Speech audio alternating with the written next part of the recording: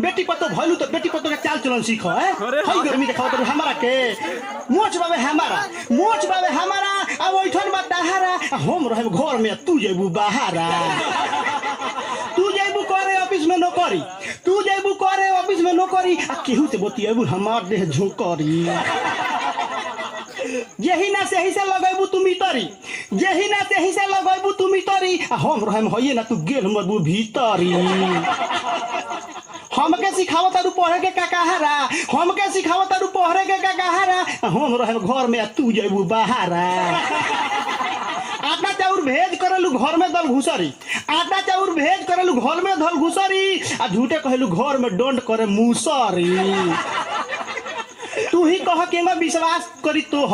तू ही कह के विश्वास करी तोहर आ के जनता दूसरे से लगवावे लगबू मोहर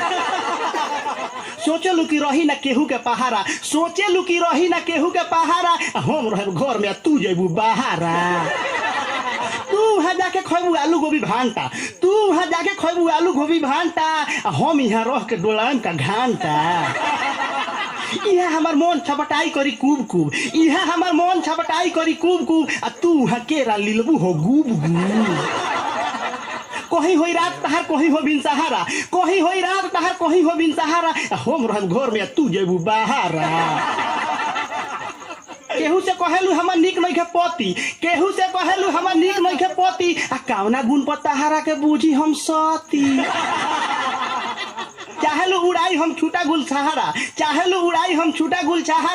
हम रहब घर में तू जेबू बाहरा ऐसे हम ही जाए कमाए हम ही जाए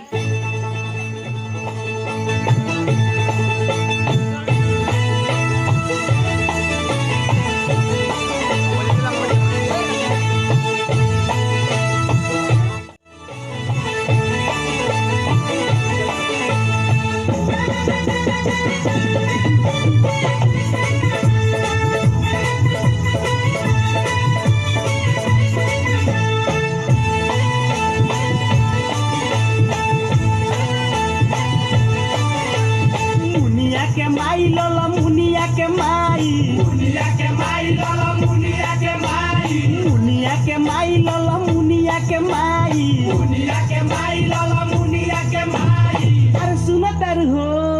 अरे का कहतनी रोवा हम कोई लरिया जाई बहे लल मुनिया के माई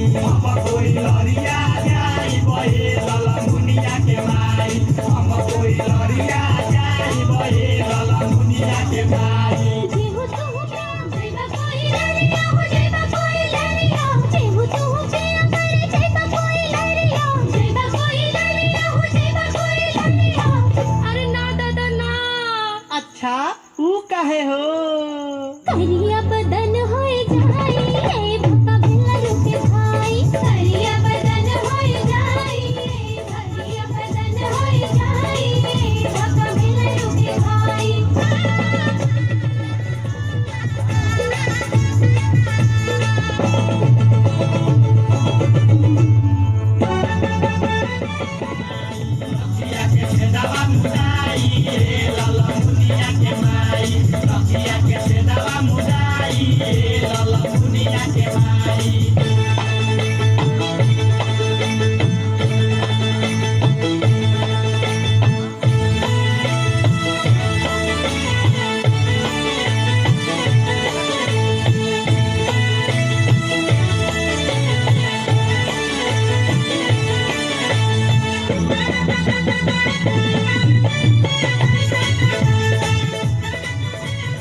पेन हवा में चाहे हम भीतर के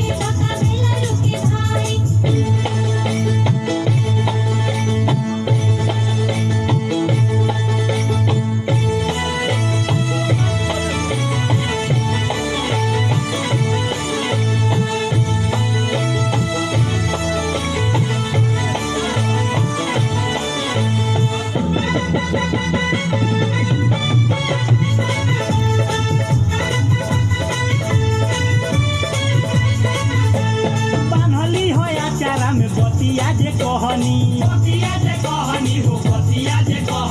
बान्हली हो आचारा में बतिया जे कहनी सौदा बचोक होई तहिएले बहनी अरे छिया ले दर मत करी हो ए दादा मछली ह कि सरी ए करी भाला तबे बुझी धर्मशाला ए करी भाला तबे बुझी धर्मशाला अरे जान बुझ के जिलेबी पर माछी मत भिनकावो हो हम तो भिनकाए मड़ुआ से तीनों कुट हो जाई ए लला मुनिया के माई मड़ुआ से तीनों कुट हो जाई ए लला मुनिया के माई मड़ुआ से तीनों कुट हो जाई ए लला मुनिया के माई मुनिया के माई लला मुनिया के माई मुनिया के माई लला मुनिया के माई मुनिया के माई लला मुनिया के माई मुनिया के माई लला मुनिया के माई छोड़ो कमा के बांधम का बोझा ना जाम रहम तोहरे आके सोझा हम कोई लरिया न जाई गए लल मुनिया के माई